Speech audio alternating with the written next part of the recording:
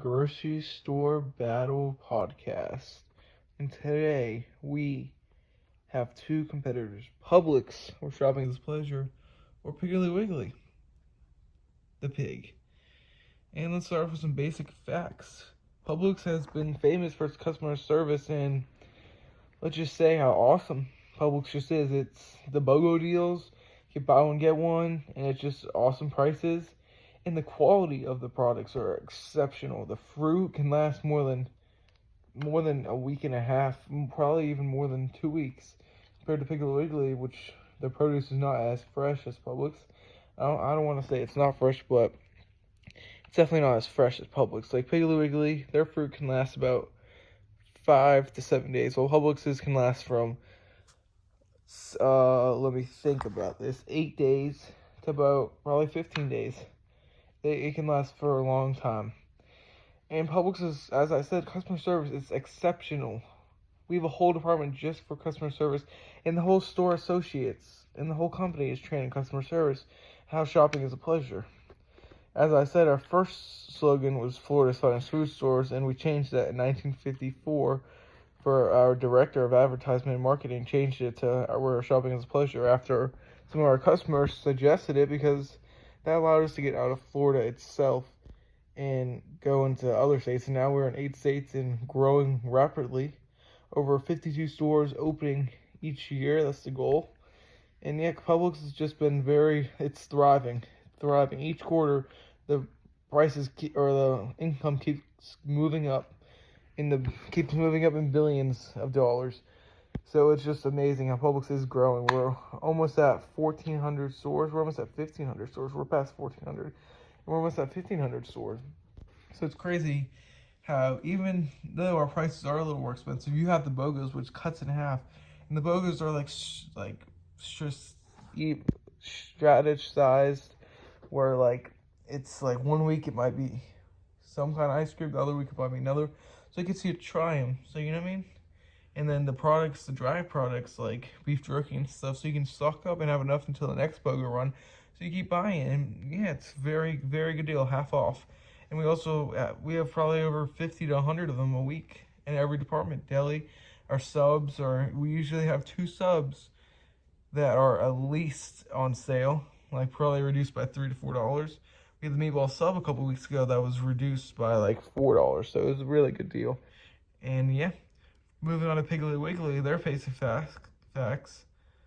Piggly Wiggly is known for its southern qualities and stuff in their stores about their customer service, but Publix, as we know, it's just better service. And I've gone to Piggly Wiggly before, not to shop, just to try some food, and it definitely does not give the quality of Publix. I don't want to say it's awful.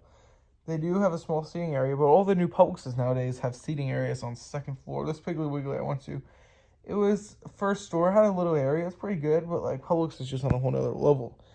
And I did go to the original, or one of the original Piggly Wigglies in South Carolina. Well, it's not original, but it's been there since the 70s and stuff. And yeah, it's very small, but it's like Publix keeps upgrading their stores, remodeling them so they're all new.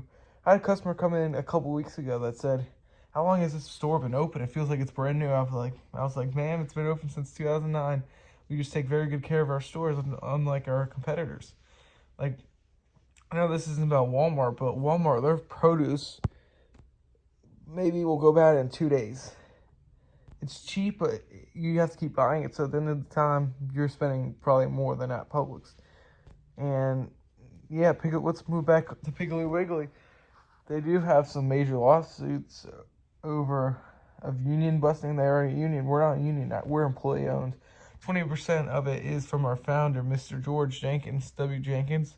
He founded a store on September 6, 1930 in Winter Haven, Florida, across from his competitor. It was actually Piggly Wiggly, their biggest store there. And yeah, we won and made them close down during the Great Depression.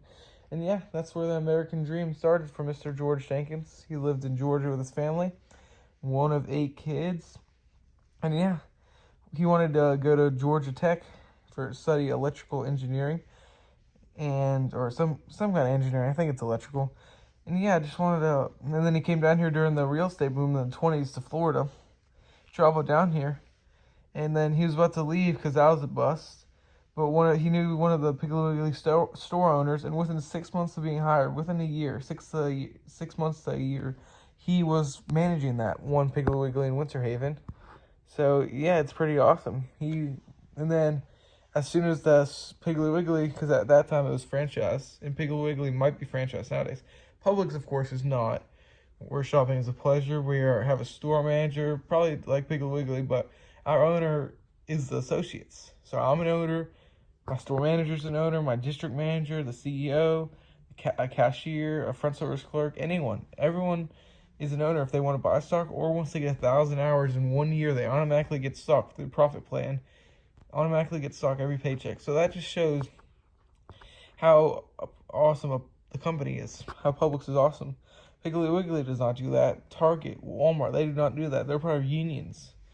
So it's not like, you know what I mean? Like, they're still probably pretty good companies, but our corporate offices are very good. We're not corrupt because we want to work together to get the stock prices higher and make our customers happy.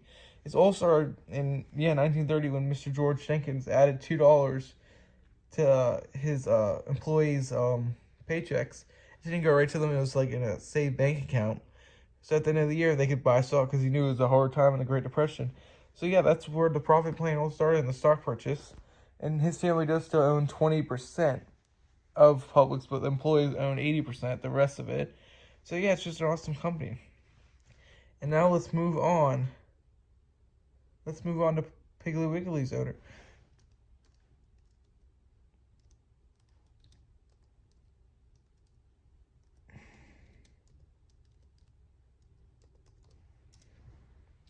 Their founder was Clarence Saunders.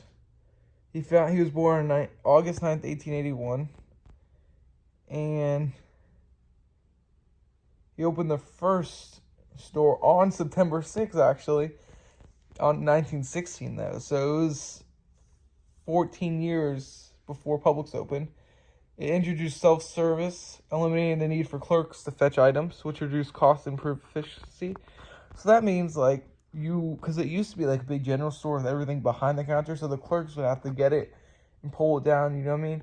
But he kind of introduced the thing of the supermarket, where you go in with a cart or basket and you pick out your own stuff and bring it up to the counter at the time or cash register and pay it for there. So it gave the customers an option to buy it themselves and pick out the products that look good to them. And yeah, it became the standard modern supermarket. It's the model. And it consists of open shelves, concept of customers selecting their own items, laid the groundwork for the entire supermarket industry. So yeah, he did start the start of the supermarket in a way. So it's pretty cool how he started it, I'm not gonna lie. And he opened his first store in Memphis. And yeah, there's no open shelves and no clerks for shop for the customer, which was previously unheard of. Like I said, Mr. George grew up in Georgia working at his dad's general store, and that was a classic. What it was back at the time, where it was him behind the counter getting customers their stuff. So it was like a farm store. When the farmers and stuff came and got it, they didn't like pay in money back then. They paid in like crops and stuff, and then they'd sell it for money. But when all their crops died because of the crop beetle or something like that, his general store had to close, so they moved to Georgia, and then from there, Mr. George went to Florida, and that started the American dream for him. American dream story for all of us nowadays, because it just proves that Publix is the better company.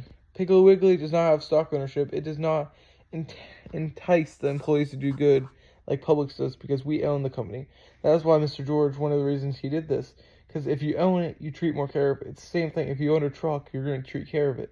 If you own a dog, you're going to treat him better. If you know what I mean, don't own a dog, and it's a stranger. Same thing if you buy,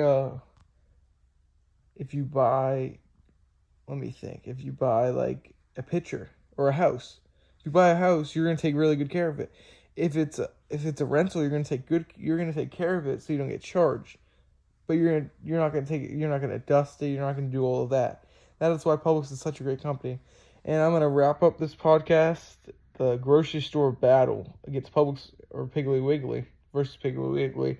And I believe with my strongest heart that Publix supermarkets, where shopping is a pleasure, is a better grocery store to shop at.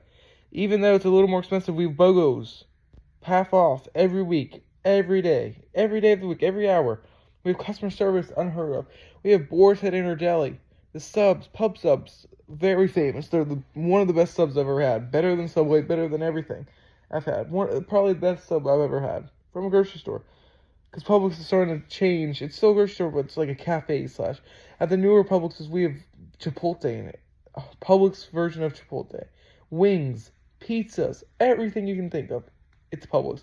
Because Publix does all of it with quality, customer service, and ownership of the company. And that is my first podcast on this, and I hope you enjoyed it. And Publix is our winner. Publix, where shopping is a pleasure, founded September 6, 1930 by George W. Jenkins, a.k.a. Mr. George. I hope you guys have a good rest of your day, and don't forget, go shop at Publix.